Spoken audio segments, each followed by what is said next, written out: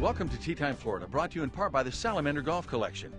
Today we visit the home of the Valspar Championship, the Copperhead course at the Innisbrook Resort. We meet some true American heroes in our celebrity corner.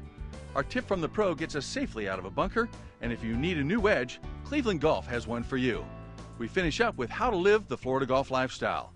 Now let's meet Brad Hauer, the general manager of the Hammock Beach Resort in Palm Coast, Florida.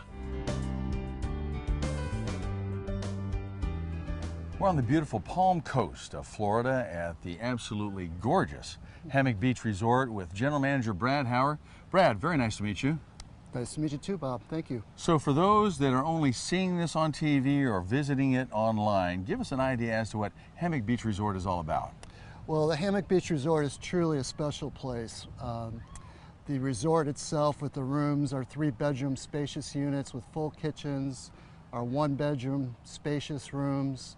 Really adds a lot to the corporate market and even our leisure and family market. We have a wonderful water park, $6 million water park. Our golf is amazing. Jack Nicklaus signature design, ocean course is just really unbelievable and a bucket list place to play golf. And then our conservatory golf course designed by Tom Watson is truly something very special. So if you had to describe the ocean course here at Hammock Beach, what would you say is the most aesthetically phenomenal or beautiful part about that course? The views that we now have of the golf course is truly amazing. We have actually 6 holes right directly on the ocean, which is more holes on the ocean than any golf course in Florida. So when you come to 8 and 9, you get some great ocean views, and then 15, 16, 17, and 18 are truly great finishing holes to enjoy here at the Hammock Beach Resort. Brad, the conservatory course is a little bit inland from the resort, but a beautiful course in its own right. Can you give us a little bit of an idea as to what people can expect of the Tom Watson design course? Sure, it's a complete different test of golf compared to the ocean course. So we have 2 really unique golf courses here on property. Tom Watson designed the golf course. He put his heart and soul into the project. He made actually 17 site visits while building that golf course, and it came out truly amazing. A very linksy style type of golf. There's no force carries off the tee, no force carries to the green. So even though it's one of the most challenging golf courses in Florida, it is truly a great test and a very fair one as that. So we're going to talk to 2 different types of consumers here at the resort. Those that are visitors, the tourists, and then those are the members. If someone was considering joining a club here in the Palm Coast area, why would they really want to focus in on Hammock Beach? Our membership is truly amazing. We have a tremendous group of people. It's a great community. They all come together. We have a lot of fun activities for them. They have great golf and the restaurants and the pools. It's a great spot to be a member and to live. And if you're a tourist coming down from the north during the winter, or even someone who's planning a staycation here in the state of Florida, the top couple of reasons why Hammock Beach is the only place to consider. Well, if you want a true ocean experience, oceanfront property experience, Hammock Beach is the place. You're not going to find this anywhere. With the golf and the resort just located right next to the ocean, it's very surreal and serene, and a lot of great memories are made here when our guests come here and visit with their families. Well, I know just standing here listening to the waves in the background, having the breeze on our face, I don't know whether to go play golf or take a nap, either one. Well, if you want to relax, this is definitely the place to come and relax. There's no doubt about it. Well, we appreciate your time today. Bob, thank you. Thank you, Brad. Yes. Coming up next, we take a tour of the Copperhead course at the Innisbrook Resort with Bobby Barnes, Director of Golf.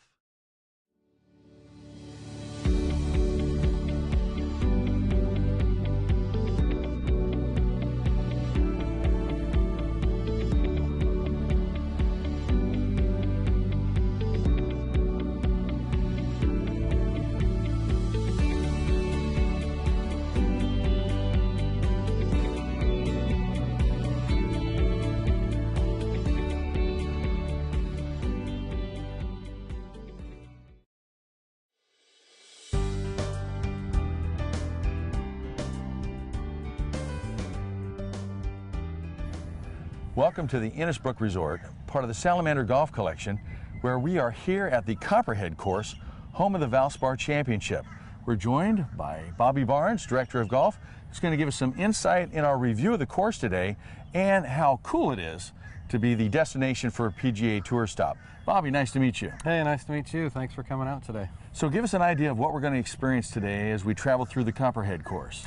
Yeah, what a great golf course, and you know, such a unique opportunity to play where the pros play. Not only where the pros play, but a course that they revere every year as one of their favorite stops. So you know, it's a unique layout for Florida. We've got a lot of rolling hills, a lot of undulation. It's a shot maker's course. It's not a golf course that you can overpower. You have to be in the fairway and hit greens. A lot of dogleg lefts, dogleg rights. So it really has something for every golfer. Can you imagine what it's like to hit this tee shot with a couple thousand of your favorite friends lining the fairway? Little different look out here than during the PGA event, but what a beautiful starting hole, huh? Elevated tee box down to a signature double dogleg Larry Packard first hole. A lot of the pros reach this green in 2, so it's a nice way to start the round.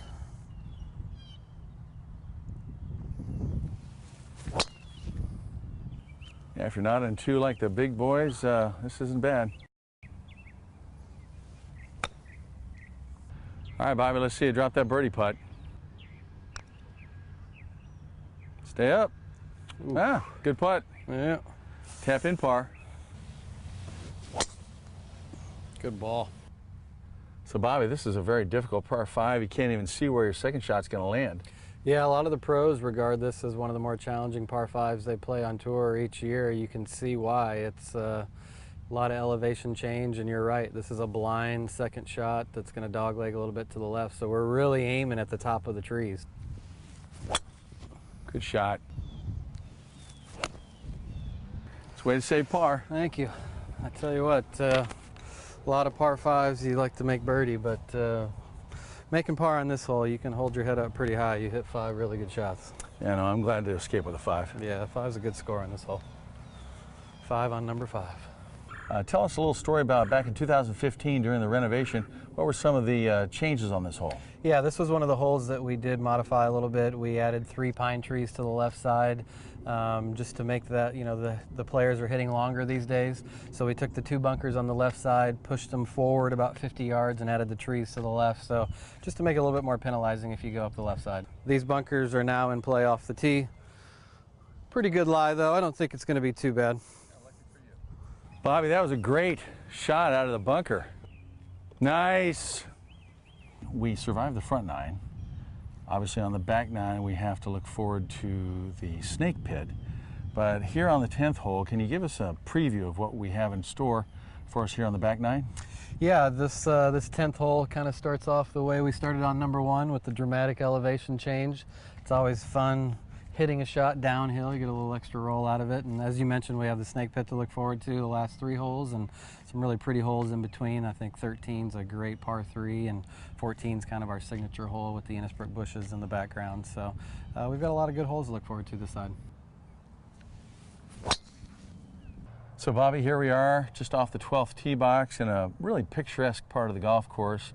Not only do we have the name of the course behind us, but little water serpentines through these next couple of holes. Yeah, this is where the course really starts getting fun when we start to go 12, 13, 14. We've got 17 to look forward to for our par 3 challenge, so looking forward to it. Looks like a Sunday pin placement. Yeah, one of my favorite pin locations probably on the whole golf course. You got the back right corner approaching that island type green. Got to really hit a good shot to hit it close. The safe play is the middle of the green, but what fun is that? So Bobby, Sunday pin placement and all, still walked off with a couple of pars.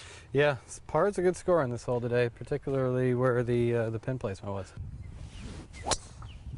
Oh, nice ball. Nice little draw.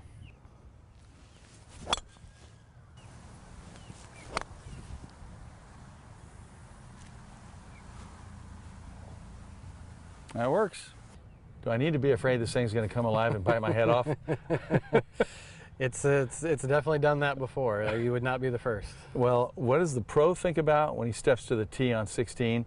And how's the average golfer supposed to maneuver themselves through these final 3 holes? Yeah, for the PGA Tour players, we always say this tournament is won and lost in the snake pit. I think most of the pros are usually thinking about coming in even par, 16, 17, and 18. If you can get a birdie along the way, it's a bonus. When I think about Gary Woodland making birdie on 17, it can win you the golf tournament. So, and I think the average player is just trying to make pars as well. You know, hitting the fairways, hitting the greens, 2-putting. If you finish even par on the snake pit, you've done yourself a world of good. Closest to the pin for a little lunch? I like that. All right. Always fun to play for something. Oh, good shot. Go in the hole. Oh! Added a few sand traps here, it looks like, and just a beautiful finishing hole. Yeah, it really is. We, during the 2015 restoration, we added an additional bunker on the right and made them like a church pew. So it really comes into play now for the players and makes it even more exciting when they're finishing up. Let's see if we can avoid the bunkers and finish off with a par. All right.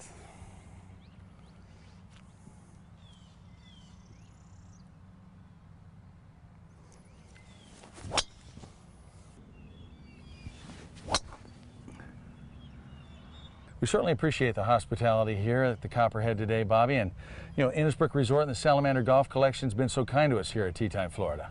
Well, we appreciate you coming out. It's always a treat to have you out here, and we're really fortunate to have 4 amazing golf courses, the Copperhead, the Island, and the North and South. For more information about Innisbrook Resort and the Salamander Golf Collection, visit teatimeflorida.com. If you've seen the movie 12 Strong, you're about to meet the true American heroes of the movie right after this break.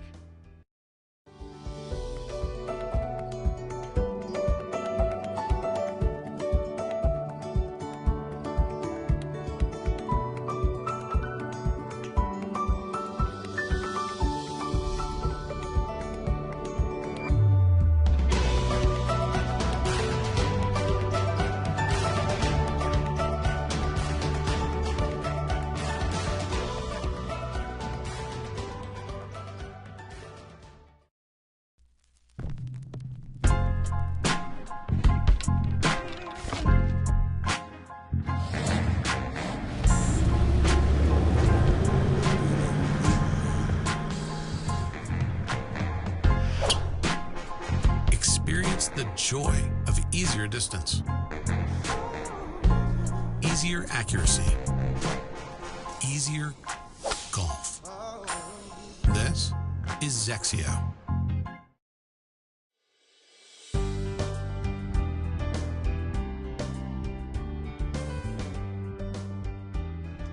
This is Bob Bolton with Tea Time Florida, and we have 2 special gentlemen with us today. We have Mark Nooch, Bob Pennington. These 2 gentlemen were part of the 12 Strong. We're going to talk to them a little bit about their experience in Afghanistan and now their experience as business people being in the distillery business, making whiskey, rum, vodka, and all sorts of other goodies. Mark, could you have ever imagined when you enlisted the future you would have on the battlefield? No, not exactly. I knew I wanted to go into the special operations community and started to learn about the path that would take me there into the Ranger Regiment and then eventually into Special Forces. But I never imagined that I'd lead such a historic mission with such great Americans that were my teammates under incredible circumstances at that point in American history. How many times did you think about, wow, am I ever going to make it home to my family? This may sound funny, but I actually believe that I would always come back to them because I always promised I would come back to them. But a lot of that dealt with my strong faith. But there were times, especially in Afghanistan, that we were in situations that, yeah, I truly believe that we may not make it here. So Mark, someone watching this who's considering enlisting may say, wow, yeah, I couldn't do what they did. What would you say to them? I would encourage them to try out for America's Special Operations community, whether that's to be a Green Beret or a Special Operations pilot or learn a language and become an intelligence analyst. don't let anyone tell you you can't do it. Step forth, try out for the things that are tough. America needs bold, adventurous, and daring young men and women to try out for that community, to take on the tough jobs. Transitioning from Afghani war hero to businessman and launching your own distillery and business, tell us what that's like. Actually, I thought I'd never hear the words entrepreneur or businessman in my lifetime, and we've actually succeeded very well. We've done great right now, and you know, I'm glad to be teamed with Mark and Scotty and Coco. It's been fascinating and fantastic. As we go through this transition, it's scary, it's daunting. It's unlike some things we've done before, but you use a lot of the skills that you learned in the military with problem solving and studying about business plans and models and making decisions and acting. It's about logistics, you know. So there are a lot of things that do cross over in what we're doing with American Freedom. So wait a second. You use the word scary, and here's a couple of guys that were staring down artillery shells, crazy folks on horseback. I mean, what are you talking about? Let me tell you, a couple of times I was sitting here talking to Mark, and we were looking at the business model and looking at the bottling, and we were bottling by hand several thousand bottles, and I'm going, you know, I think I'd rather be in combat right now. It's a little easier to cope with. I can't imagine, but we're learning a lot. I mean, we got to have a distributor. We're making allies. We understand this landscape. We're trying to study, you know, businesses that we can model off of. We have a lot of folks coming out that want to help us succeed, and we want, you know, we need folks' help with some things. And we don't want to let them down. We don't want to let our families down as we transition to this new career. Well, gentlemen, we certainly appreciate your time today. We wish you the best of success with American Freedom Distillery, and thank you so much for your time today. Hey, Mark? Thank you. I got a little something here for you. Oh. This little military challenge coin. Oh, thank you very much. Familiar with that? Yes, I am very familiar with that. Thank you very much. Bob, thank you very much, sir. Up next, Chaw Tet shows us how to safely escape a sandy bunker, and Cleveland Golf reveals their new line of wedges.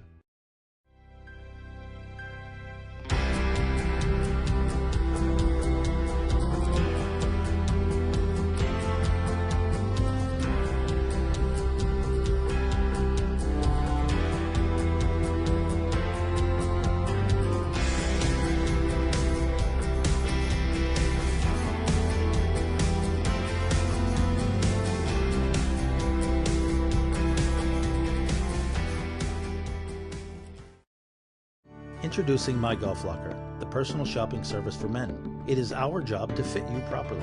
Each brand has their own standards for sizing. We measure every style in every size and decipher that information to provide you with perfectly fitting apparel. We then handpick items specifically for you. You decide what you want to keep and only pay for those items. Supreme service and delighted patrons remain our #1 priority. Create your profile today at mygolflocker.com.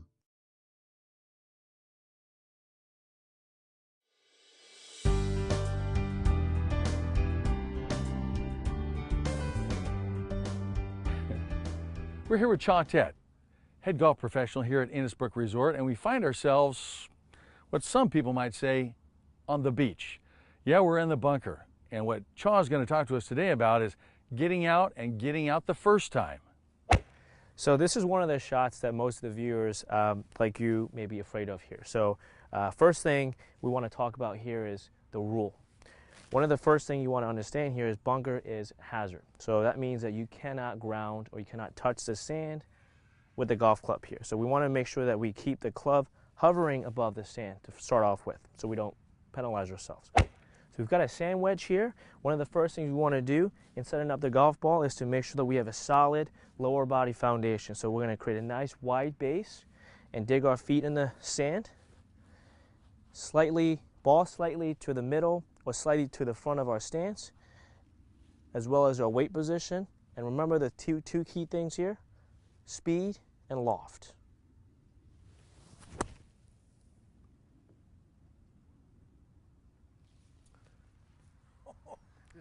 That's pretty good. So Chaw, speed, loft, and just a little bit of luck, huh? A little bit of luck. Absolutely. Well, ladies and gentlemen, we'd like to thank Chaw for his time today, and what a great tip on how to get out of the sand. Thank you, Bob. So for tips from the beach or anywhere else on the golf course, visit teatimeflorida.com and click on Tips from the Pro.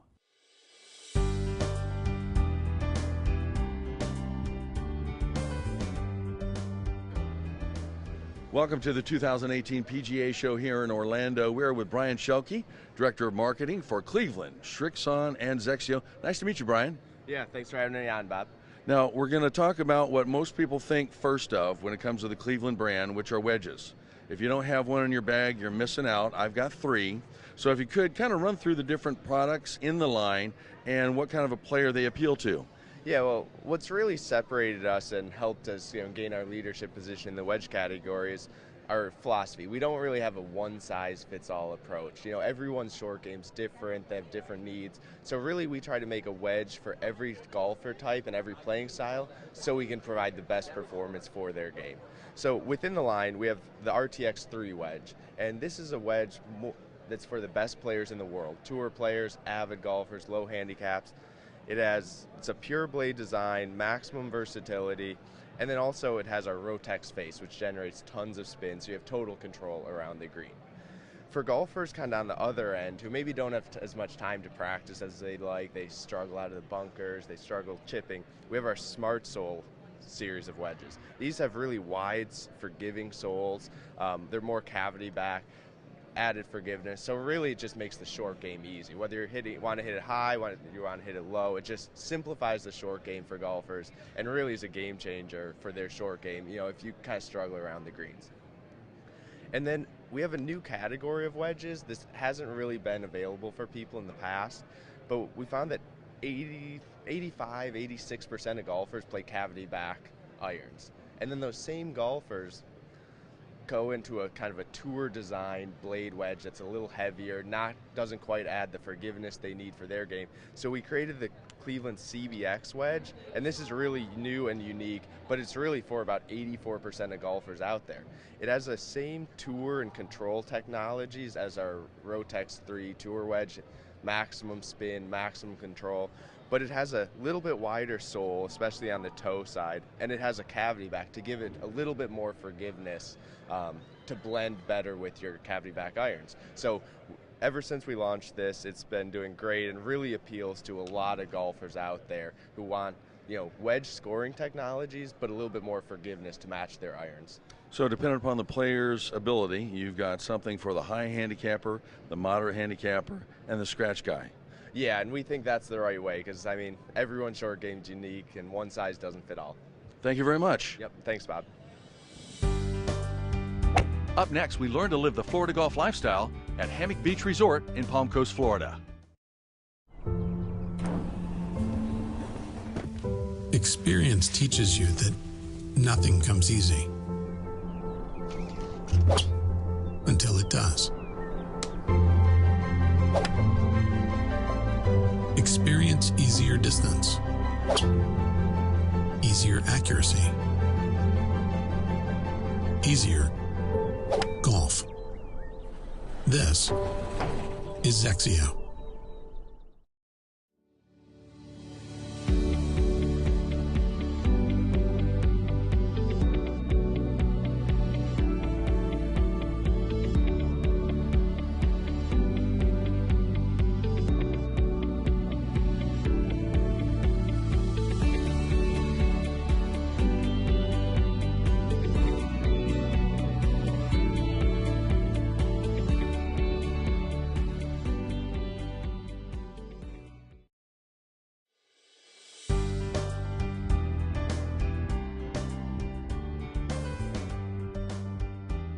Jason, we're here enjoying the beautiful ambiance of the Atlantic Grill with the ocean, the beach, the golf course in the background.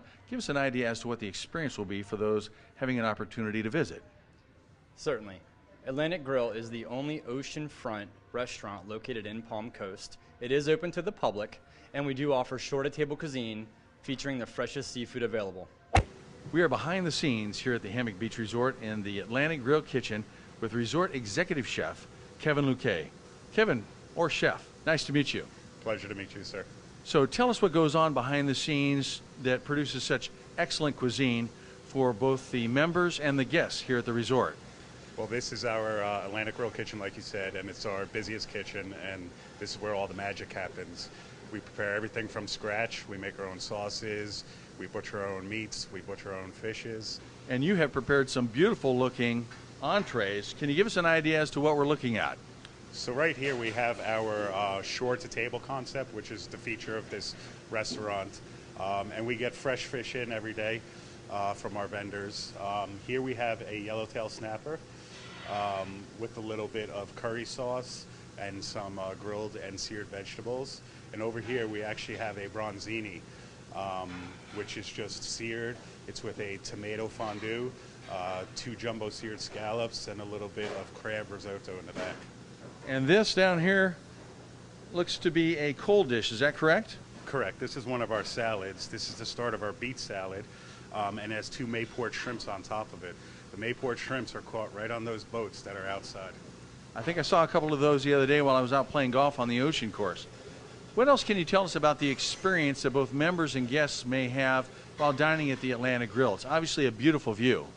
Well, besides the view, I mean, the best part about Atlantic Grill, in my opinion, being the chef, is the food. So we pride ourselves on high quality, fresh food, produced when they ordered it. And so it's nothing sitting, nothing's waiting, it's just fresh food all the time. So the last question I'll ask you is, how can I get one of those cool hats? You just need to know the right guy. Thank you so much for your time, Chef. No problem. It's a pleasure to meet you. We're enjoying a wonderful conversation with Les Davis, a member here at Hammock Beach since 2010 and a former resident of the great state of Kansas. Les, very nice to meet you. Nice to meet you, Bob. Good to see you. Absolutely. Now, what can you tell us about the reasons why you and your wife Patty chose to move and live here and enjoy the membership at Hammock Beach? Well, our first affiliation with Hammock Beach was really back in 2002. What happened was we were in our late 40s, living in Kansas, thinking about where we're going to live when we want to retire. And so we looked through kind of the map and said, okay, there's 10 states that we might be interested in, Florida being the first. So we saw something in the Wall Street Journal about a place called Hammock Beach Resort.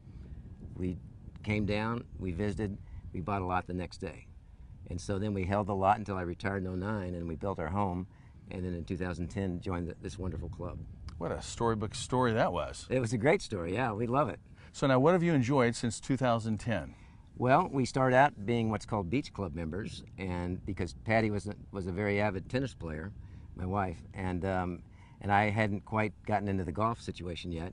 And then in 2014, I became interested in golf, started playing, and now I play almost 300 times a year. So we joined golf in 2014. Patty's becoming a golfer too, so she just started 3 years ago and is now playing about 3 or 4 days a week. So we're loving it. Well, we certainly appreciate your time today. Thank you so much. Well, thank you. Visit TeaTimeFlorida.com to register to win a 3-day, 2-night stay at a Salamander Golf Collection resort. Follow us on social media and check your local listings for the next episode of Tea Time Florida. Until the next Tea Time Florida, may your swing be straight and your ball fly far and your round be blessed with no worse than par.